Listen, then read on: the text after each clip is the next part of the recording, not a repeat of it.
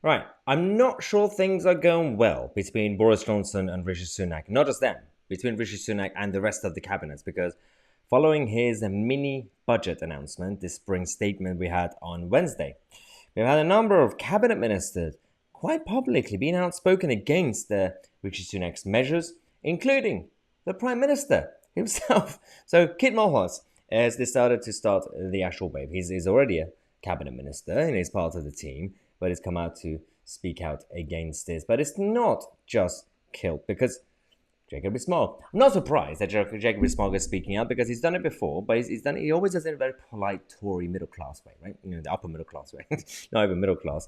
But they've all come out to actually say, but we have to be careful, because not only we're going to lose the next election if we don't fix the cost of living crisis, but it's actually bad for the country. And this, it is one time. There's a bit of a conscience inside the Tory party that's happening. So Jacob Rees-Mogg has come out to say that we are spending too much. So that's the short version, of course, that we got from the press that they briefed the papers. Boris Johnson himself, in a separate round, said, according to papers, it took a swipe at the Chancellor's mini budget plans, saying that we must do more to ease the cost of living crisis. Now, a lot of people are reading and saying, yeah, you are the Prime Minister, right? You are in charge. You can't tell him what to do. But I think everyone's trying to basically protect themselves in their own corner before they get into trouble. Then you have a lot of people, of course, coming out to actually say, well, this could create a lot of issues for the red wall, all the seats that they're going to lose. But they might be able to get new seats. You got the West Midlands, you got parts of the Northwest that could actually get seats. But it's not just about winning. It's not just about the election. We have to move away from this party political debates, because this is people's lives. I don't really care what the color of the party is. I care about the effects and the impacts all this is having on people's lives.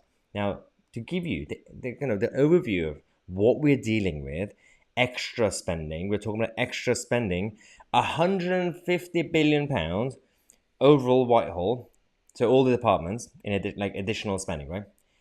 And then £180 billion NHS. So all the other departments overall, 150 billion, which is a huge number. There's a lot of it printing money, borrowing money, and raising taxes, and then 180 billion pounds for the bottomless bucket that we have as the NHS. Instead of reforming our healthcare system to make it more similar to a Western European model or Nordic model, even Swiss model, that we could actually still have a universal healthcare, so everybody has access to it, but you don't really have bureaucrats running it to make it so complicated and big and disgustingly corrupt. 180 billion pounds extra on top of it keeps going up, the number, obviously, but 150 billion pounds in addition to the existing budget. I'm not really sure how we're doing this right now. For the sake of the government budget itself, I know that the printing money, the borrowing money, and raising taxes is not going to actually do much. It's just going to damage our pockets. Borrowing is going to damage our children. And so a lot of people don't really care about that. That's a problem. So they don't really focus on the next generation. Not everybody, of course, but there are some people. But this is not really helping the situation, because we don't really have much left. The magic money tree that we were talking about when Ed Miliband and Jeremy Corbyn were standing against the Tories. Well, what tree is he using? Because if anybody's going to right now bring me the excuse of, well, we had to deal with the pandemic. Well, no, because that's not how it should have been. From day one, there are a lot of us that we said, in terms of the economic policies, we could have prevented a lot of this chaos, including how much it shut down the economy, even during the first lockdown. This could have been prevented. But the more they do intervention, the more they're going to dig deeper, and we're going to be in much more trouble. This was tonight, all the videos, all the news updates for you guys. Thank you so much for all the feedback, all the kind words, and all the comments. I tried to read much of that. Although it just reminds me, I saw a couple of comments again. It happens every few days. Some people saying their comments have been removed. Yeah, YouTube removed comments. It's not even that. I don't think they do it individually. I think they have a system.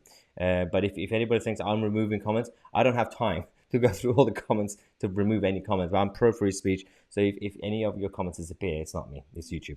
So email them. Thanks again for watching. I'm Tousi, and we are the media.